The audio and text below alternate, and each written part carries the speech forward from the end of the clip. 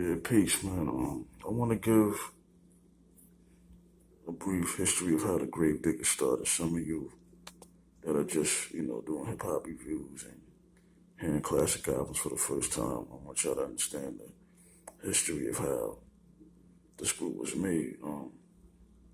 While Prince Paul was going through his times, feeling like, people saying that he was washed up in the game from Sonic and De La Soul fame. Everybody should know the story about how Wu-Tang started when RZA was Prince Rakeem.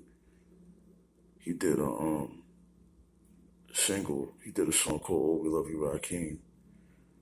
And it was like an EP album. It had songs like The Sexcapades. It was like a short EP. He had songs like The Sexcapades and My Deadly Venom. It was a good solid album for Prince Rakeem with the single Oh We Love You Rakeem. Which didn't really chart too well. Along with his cousin Jizzle, who had an album called Words from the Genius, a classic album, which didn't really sell too well. But you had Prince Rakeem, who was dropping Tommy Boy and Too Poetic, you know what I'm saying? He was dropping Tommy Boy. As far as Too Poetic go, people should know this already. Gravediggaz fans, Wu-Tang fans should know this. Like, Too Poetic, he had like a single out in 89 called God Made Me Funky. And he had an EP out called Dropping Signal. I don't know if his brother Brainstorm was in that group, in the picture when they was posing on the album cover when Too Poetic had that fade. The album was kind of pretty good and got a little buzz and stuff. There were singles off that EP, which was God Made Me Funky, which he did a video for, and another song called Gymnastics, and other tracks. That was dope or whatever.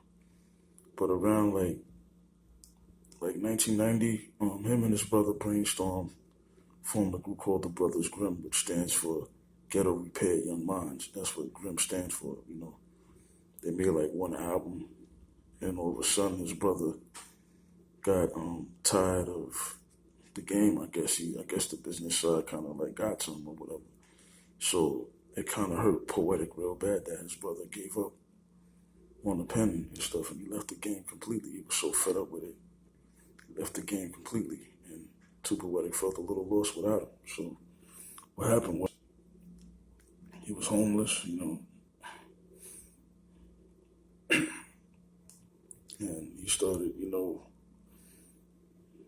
to go a little deeper with his. He started to go a little darker with his lyrics and with his imagery and stuff like that. So what had happened, how the group was formed, was it was at Prince Paul's house, and Prince Paul said it himself in the interview that RZA came up with the name Gravediggaz because he was Prince Rakeem. He turned himself into the RZA when they all met at his house. So Prince Rakeem turned into the RZA, which turned into the Resurrector. So he gave himself the name. I don't know if he gave, the other two members' names, but the Gravediggaz, alias names. For those who don't know, Prince Paul was the Undertaker. RZA was the Resurrector. Too Poetic was the Grim Reaper. And Frequan was the Gatekeeper. You know what I mean? And they formed as Gravediggaz. And their concept was to dig up the minds of the mentally dead. You know what I mean? And which they were 5%ers as well. But when they formed that group, they made demos and stuff like that.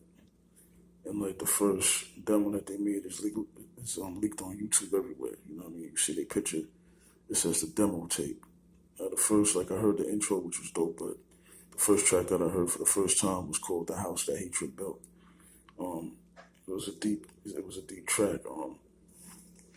And actually, Prince Paul used the scratches for that song. Here Come the Gravediggaz, where Prince Paul scratched was his part where he says, "Ah, here comes the Gravediggaz." That was like the original demo. That was like from the original demo that they did. And it was called, The House That Hatred Built or whatever, but it's the actual demo for here comes the Gravediggaz. So Prince Paul scratches parts from that demo into that song when he redone it. So and there were songs like Ashes to Ashes and 1-800 Suicide and 2 Cups of Blood, which was off another demo that he did for 6 Feet Deep. It was like the same formula of RZA and Poetic, spitting back and forth or whatever. But when Prince Paul made that demo, he shopped it to different labels, which kind of turned them down. He shopped it to Russell, he turned them down. He shopped it to Mad Demo, so he was going to give it one more try until. But first, Prince Paul made this known that he shopped the demo to Eazy-E, and he had Ruthless Records. So Eazy-E was filling the tape. He was going to sign the Gravediggaz, but Prince Paul didn't like the contract that he had. It was like a shitty contract, so he turned it down. You know what I mean? So who knows how far that would have went if he would have signed with them. And Eazy-E had Bone Thugs and Harmony that was doing the same dark styles. So when Prince Paul turned that down, he gave it one more week, to shop it.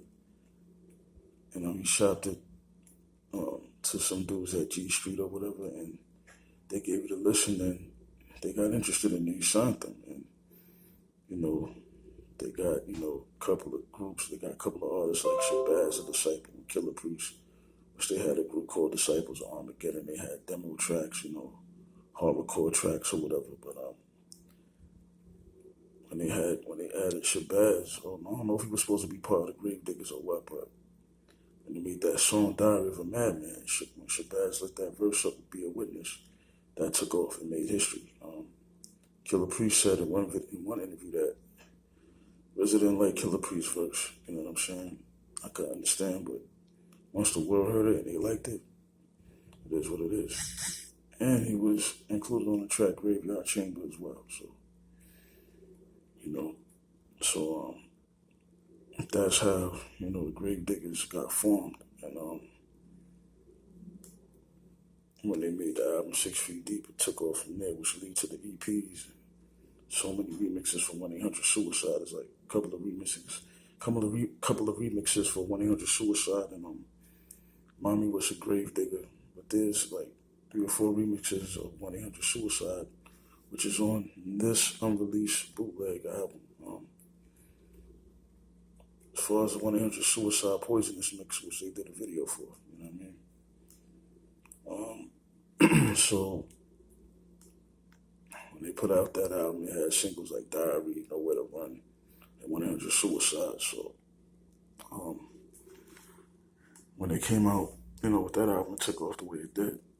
So as time went on, they came out with their second album in '97 called The Pick, the Sickle, and the Shovel, when RZA did the Wu-Tang Forever album when that blew. And,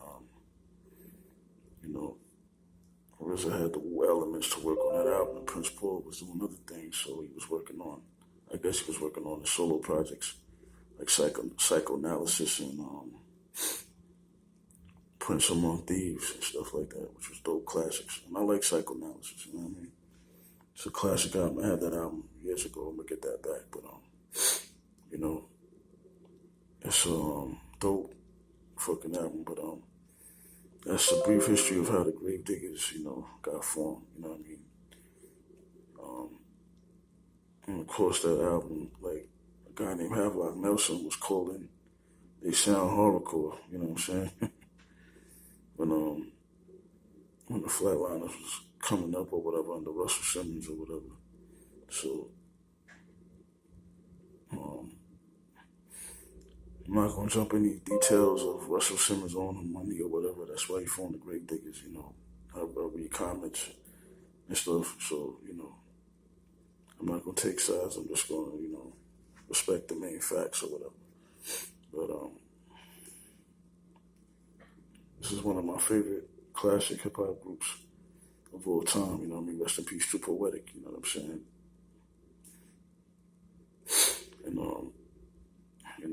Gravediggaz forever. That's all I can say. You know what I mean? Gravediggaz forever. But, this picture that you see in front of you is like a lost unreleased compilation album. Somebody put this up here and you can have this for sale. So I don't know where to find it. I typed it. Whoever has it, I'm ready to get it. You know